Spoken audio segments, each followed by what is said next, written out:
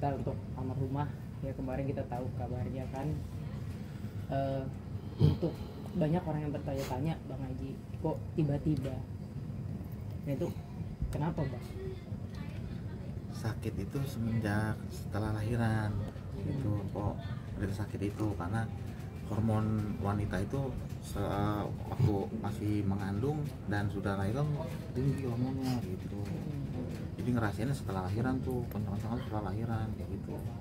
Awalnya orang bilangnya sakitnya kantongan susu gitu. Ternyata itu timbul penyakit itu gitu. Banyak yang bilang maaf Bang, kanker payudara betul. Betul. Itu kalau dari asisten bilang kemarin sudah dari ketahuannya dari 4 bulan kehamilan. Nah itu baru dianalisa kayak gitu. Yang timbul-timbulnya bener-bener ini tuh yang bener-bener kelihatan banget tuh setelah melahirkan kayak gitu. Yang waktu hamil tuh dikira kantongan susu gitu, karena kan hamil kan berbarangan tuh ada kantongan susu tuh. Tapi kok lama-lama Nabi lahir tuh makin sakit gitu, katanya kok sakit ya gitu. Jadi benjolan gitu Bang maksudnya. Benjolan. Itu berarti sudah berapa lama itu Bang? Maksudnya semakin besarnya itu setelah melahirkan. Terus emang kan bawaan anak juga kan ada rambut rontok tuh, emang kata orang ini bawa waktu ngelahirin Peto juga sama rambut rontok. Waktu si kakak juga rambut rontok gitu. Jadi kalau rambut rontok itu katanya bawaan hamil gitu setelah melahirkan tuh. Akhirnya begitu dicek di biopsi kan itu yang diponis yang kanker di payudara gitu. Untuk waktu pertama dianalisa itu stadium berapa? Masih 1. Iya, masih 1 tuh. Perlahan-lahan kan berobat ya, dengan tubuhnya besar cepet berkembangnya. Padahal udah mulai kemo juga kan gitu. Udah mulai kemo, berkembangnya cepet ya. Dan juga emang sampai umurnya sampai di sini gitu kok. Emang udah ajal, Allah kasih umur di 38 tahun gitu. Masalahnya kanker payudaranya udah menyebar ke organ lain atau ke paru kata dokter sih. Ke paru tuh. Iya, ke paru. Nyebar ke paru. Jadi napas berat, agak berat tuh. Nah yang drop-dropnya sebulan yang lalu tuh drop-dropnya tuh. Tapi tetap kan berkembangnya kita berobat tuh berjalan gitu. Berjalannya setiap 2 minggu sekali berobat. 3 minggu sekali kita berobat kayak gitu. Berjalannya sangat cepet kayak gitu. Karena kan Empo juga kalau nggak aktivitas malah makin nyeri katanya. Kalau aktivitas ketemu temen-temennya dia makin hilang rasanya kayak gitu. Jadi nggak mikirin penyakitnya kayak gitu. Emang orangnya super ya gitu. Kalau belum udah banget sakit nih ya dia mah masih mau jalan orangnya gitu. Jadi nggak, kata dia jangan dimanja punya penyakit kayak gitu prinsipnya. Kita malah jadi tambah sakit kayak gitu, digerakin lah banyak gerak kayak gitu. Udah berobat ke mana aja Bang? Ke Malaysia. Ke Malaysia. Ke Malaysia kita berobat di kemo semua tuh, kemo berjalannya waktu kemo sekitar 8 bulanan, per 2 minggu, per 3 minggu, sampai ada per bulan kita kembali sampai drop di sini. selama kemo itu ada kemajuan di sini? Alhamdulillah mengecil. Oh, gitu. mengecil. Iya, mengecil. Tapi nyerangnya ke paru. Nyerangnya Kecil tapi menyebar gitu. menyebar. Kecil tapi nyebar. Itu makanya juga bingung kan. Udah mengecil, udah banyak perkembangan di sinar. Namanya di sinar tuh. Sampai 15 kali sinar. 15 kali mengecil. Mengecil batuk nggak hilang-hilang tuh selama 1 bulan itu.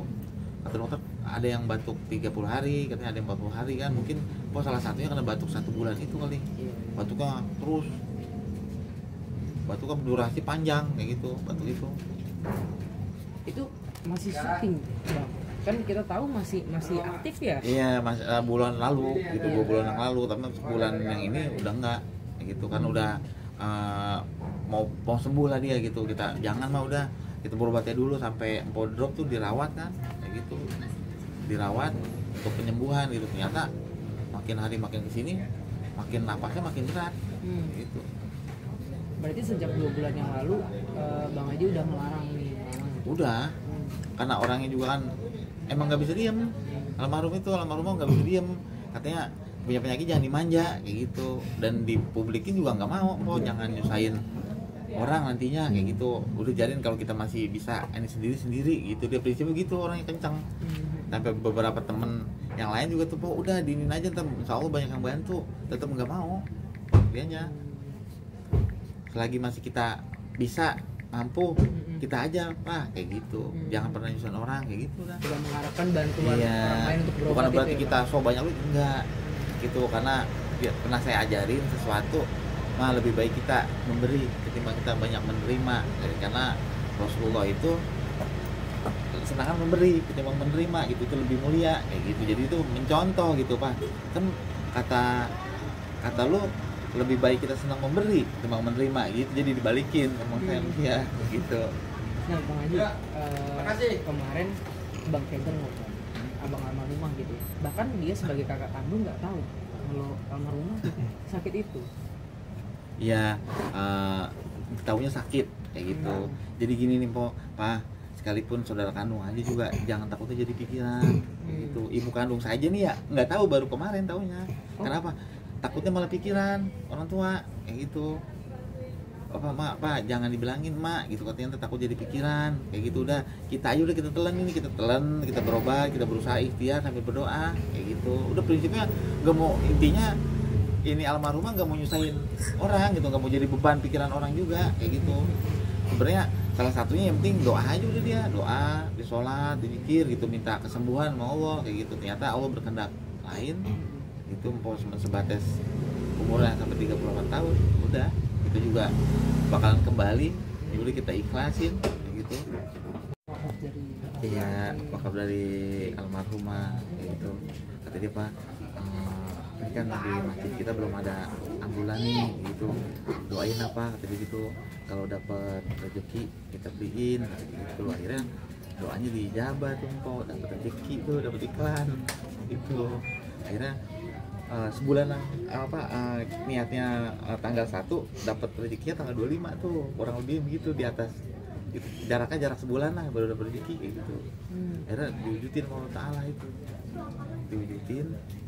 Dia bilang Pak ini udah ada rezeki kita ini gitu, udah dapet iklan. Ya udah Pak, nah niatnya laksanain kayak gitu secepatnya. Ya berarti bener ya, jangan dimakan udah. Kita beliin ambulan sama karpet semua gitu, beliin ambulan. Nah kemarin terakhir buat nganterin ke rumah Mpok terakhir perakiraan itu pakai ambulan itu yang dari Mpok gitu. Alhamdulillah namanya ada kebaikan jadi jariahnya dia itu untuk menuju rumah terakhirnya juga kayak gitu. Mas dulu ikut renovasi musola di situ juga sih. Kenapa? Ikut renovasi musola. Ya kalau itu ya nyumbang biasa aja, tapi kalau nggak donatur sih enggak kayak gitu, nyumbang biasa aja kayak gitu. Itu emang ya buat kebaikan lah kayak gitu. Kalau buat kebaikan ya kita jalanin kayak gitu. Kalau buat kayak di lingkungan kayak organisasi apa ikut andil kayak gitu, ikut andil karena kok nyanyi ya gitu, mau kayak gitu, pesta rakyat gitu di sini sendiri mau kok mah.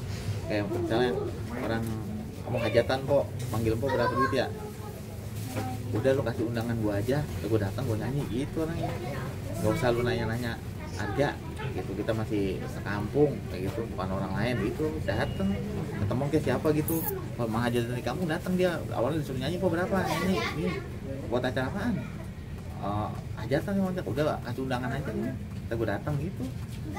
Bukan minta bayaran Enggak, enggak kalau kayak di kampung sendiri gitu diundang gitu, nyanyi ketimbang dia nanya berapa ntar kita nggak enak jawabnya. Ini kasih undangan aja udah tuh nyanyi ya, kalau cuma selagu 2 lagu mah kayak gitu.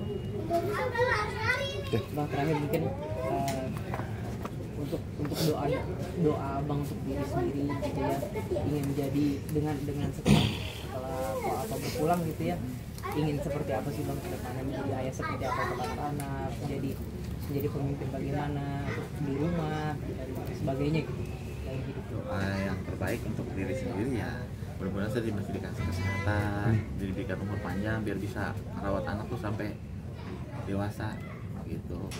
nyekolahin kayak gitu kan, hidupin anak-anak gitu.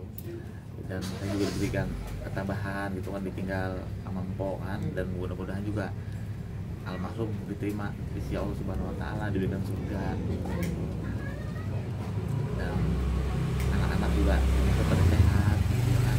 Karena saya juga kan belum bisa banget nih ya kan, belum bisa banget karena kan ada yang masih kecil kan apa, tapi berusaha gitu untuk supaya menjadi bisa dan ada bapak yang baik kayak gitu, bapak yang terbaik untuk anak-anak kayak gitu. Bang, balik lagi untuk cinta abang sendiri. Kalau kemarin kita lihat abang ini sama suaminya gitu ya, cinta abang sendiri sebagai suami dari almarhum itu seperti apa sih? Cinta saya insya Allah dunia akhirat kayak gitu untuk empok kayak gitu. Makanya kita kan dari nol dan nikah dan pokok dari nol gitu, kayak di pom bensin gitu, dari belum siapa-siapa dan menjadi apa-apa kayak gitu. Jadi kita ngerasain asam garamnya, ngerangkak kayak gitu, benar-benar ngerangkak dari bawah kitanya gitu. Ada duit ya 10.000 ya kita beli beras, ketemu ya kita makan, mah enggak ya enggak kayak gitu. Baru nikah kayak gitu kan, pokoknya dulu waktu zaman-zamannya belum nikah kita kasih 50.000 aja tuh sama dia bisa cukup buat perawatan juga tuh, hebat tuh Mpok. 30.000 dia buat beli lauk sama beras, 20.000 dia buat tabungan tuh buat perawatan dia waktu masih jalan di panggung gitu. Dia perawatan tuh lama cukup lah itu tuh, cukup alhamdulillah tuh, saking dia bersyukurnya dicukup-cukupin jadi cukup kayak gitu. Pokoknya histori saya tuh keinget yang dulu itu, orang yang nerimain gitu, kita kasih duit berapa nggak pernah nolak gitu, nggak kayak bilang dikit, oh enggak, orang yang diterimain alhamdulillah emang rezekinya segitu, mau diapain kayak gitu, mau itu 50.000 kayak 10.000 emang rezekinya segitu, dia bersyukur, makanya dia angkat derajatnya kan Allah kayak gitu. Kalau bisa jadi orang terkenal ya sampai titiknya itu kayak gitu. Ada orangnya menerima